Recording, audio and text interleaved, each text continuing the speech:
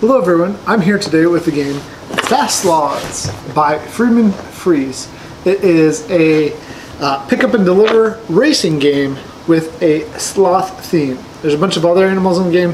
We're going to take a look at it, talk about how to play it, and then we'll come back and go over my final thoughts on the game. Alright, here we are with the recommended setup for your first game of Sloths. I have it set up for a 3-player game. I've already had the players choose where they're going to put their sloths. The last sloth gets to place their sloth first, and then they get a leaf that goes on their player board. So this purple sloth went here in this tree and took a leaf and placed it on their player board. We'll talk about those in a minute. Then the green sloth took this tree over here in the corner and placed a leaf on their player board. And the yellow sloth, I just had take the final corner up there and then take a leaf for their player board. The way that this game is played is you are never moving yourself. You're going to move with the assistance of other animals. As they move, they will pick you up and deliver you. Let's take a look at one of those animal tokens real quick. So that's a donkey there. The tokens will go with the 6 cards that you select for the game. They're over here to the right. So for this game we have the donkey, the unicorn. Let's focus in on that. The donkey, the unicorn, the crocodile or alligator, I forget which one they call it, an elephant, an eagle, and then the ant. Those are your 6 starting ones for setup. You'll be able to use different ones for different ways of playing this game. Again, part of the reason that this game plays well for a family game, having lots of different options. The boards are modular in that you can flip them over, put them together, and they will make different layouts. Let me show you an example of that. And then we'll talk more about how to play the game. But the boards look like this. You can flip them over and they will go together however you decide to put them. You can imagine that one going there.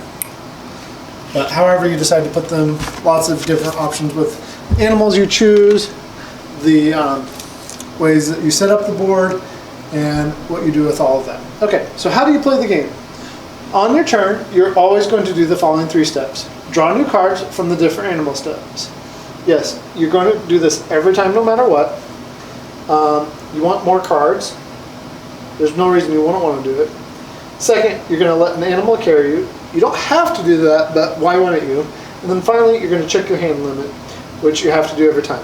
Your hand limit is shown on your player card. So let's set this leaf aside for a second and take a look at our player cards, because this is really the heart of the game. So you start with 1 leaf up here in the left-hand corner, and it shows that your starting hand limit is 7. As you progress through the game and get more leaves, your hand limit will reduce down to 4. Now, the one thing that you should know about this is, although it looks like this is more and more restrictive, and it is, you're also closer to winning the game, because the whole point of the game is to get all of those leaves onto your board. Once you have 8 leaves, you win. So, the sloths want to go around, well actually, I should say 9. So you have all 8, and then you pick up the 9th to win. So, you want to get picked up, and then once you get picked up by the animal, following their play restrictions, you can either get dropped off in the space that the animal is in, or next to it, adjacent to it, as long as it's a legal place to be dropped off. There's certain animals that can only do certain things. Those are all covered in the rules.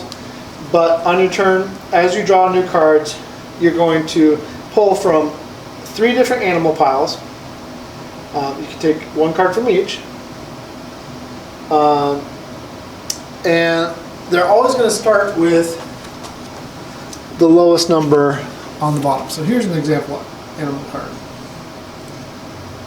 So they start moving slowly and then they move faster. As you can see in this example, the alligator, crocodile thing, whatever it is, again I can't remember it, but as it moves through, it can move in either water or grasslands or trees that are all next to, and that's shown down here, next to water. Easy enough. with this first card, when you play it, you get to move 2. It will get faster as it goes along. After you play a card, you're going to set it down here, put it down, because you're going to make a new stack that you will draw from later on if you need to draw from that animal after the first stack runs out. So the animals get faster and then get progressively slower as you use them. As you let an animal carry around, it's important to remember a few things. Every animal can move in a different way. There are no personal animals for you. So if you use it, somebody else could use it the next time because you get off the animal. You can move the animal back and forth on the same space as long as you spend all of the movement points. So you always have to do that. And once during the movement, the animal can pick you up on its space or an adjacent space. After picking you up, the animal carries around until you either decide to stop, and if you do that, the movement's over, or until it ends its movement and then you have to get off. As soon as on your sloth board, as a sloth, you sit on resorts, forests, hills, plains, and bridges. You never want to be dropped off on the mountains or in the river. Sloths don't like mountains and rivers. Animals can carry you across these landscape types, but cannot drop you there. So keep that in mind. When the animal picks you up, so where the ones you can't get dropped off, mountains, mountains, mountains, mountains, and then of course the water. Sloths don't want to be in the water. So for your first game, check out the different special abilities of the animals. All right, I think I said this wrong a second ago, but actually if you get all 8 and you're the first player to do that, everybody then who hasn't gotten a turn that round will get a turn. So it is possible to get 8 and win the game. 9 is overachieving, and that would be a tiebreaker if both of you got 8 and then somebody was able to pick up the 9th on their turn. I don't know exactly how that would happen, but I guess maybe it's possible. So let's take an example move. The donkey right here can move on grasslands, on the plains, on, let's say it differently, it can go on resorts. These are resorts where the little huts are. There's humans that can go in the game, but they can move on resorts, forests, hills, and plains. Okay, so resorts, forest, hills, and plains. It can move over all those. It doesn't want to go in the water. It doesn't want to go in the mountains. That's too hard. So if the donkey were to pick you up, donkey's adjacent, you play a donkey card. The first donkey card is 2, so the donkey could go 1, 2, and now the sloth is here next to a leaf. Next turn, maybe that sloth could get to the leaf if somebody doesn't move away those animals. That's the basics of the game. It's a really easy game to learn, really simple. Final thoughts on it. I like the modular board. It is huge though. This takes up a lot of table space, as you can see. This is my hand next to it. It is a good quality print. It is good quality components. A couple of the little wood tokens did have some miscuts, but that's common in small wooden tokens like this. And they give you an extra, so not a big deal. I prefer wood to plastic anyway. The discs are nice fat discs. A younger child could grab these and play. So I think this is a good family game, easy to learn, easy to teach. One thing that might be a turnoff with the components, some people might be like, well, why did they go with wooden tokens? I don't love the fact that I have to do all this stickering. If you're not into stickering, it's not a ton, but there is that stickering component both for the wooden tokens, for the animals that are carrying around, and for the sloth tokens. So if that bothers you, be aware of that. I don't think there's anything else really. There's not a whole lot. The cards are fine. They're self-explanatory. There is a good rules book. The rules book doesn't have any squishy rules. There's nothing hard to learn there.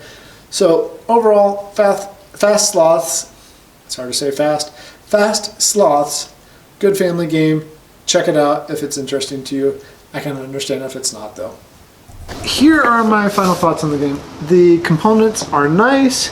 The artwork's going to be a little bland for some. It's not going to be outstanding. It is a Stronghold game.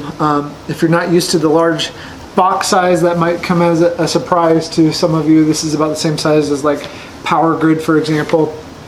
It's a larger box, a little bit over around a foot wide and probably 16 to 18 inches tall. tall, so, and then 2 inches thick. So it is a bigger box if you're worried about things like that. It's a light game, it's fun. I think that this, if you're looking for a racing game that has a pick up and deliver element to it, this with the expansion offers a lot of replayability. We know that it has tons of different options because you get to choose how you put the animals in there, how you lay out the board. I think those are all great things about the game. For me personally, it doesn't have a big space to fit in my collection. I usually go with either party games or war games that play 1 or 2 people, things like that. That's just me personally. But if you need something that plays 2 to 5 players, is easy to teach, and has both that pick up and deliver that we went over and the racing element, I think this is a solid choice. Well done. Overall, really good game. Yeah, so check it out. Fast Sloths by Friedemann Friese.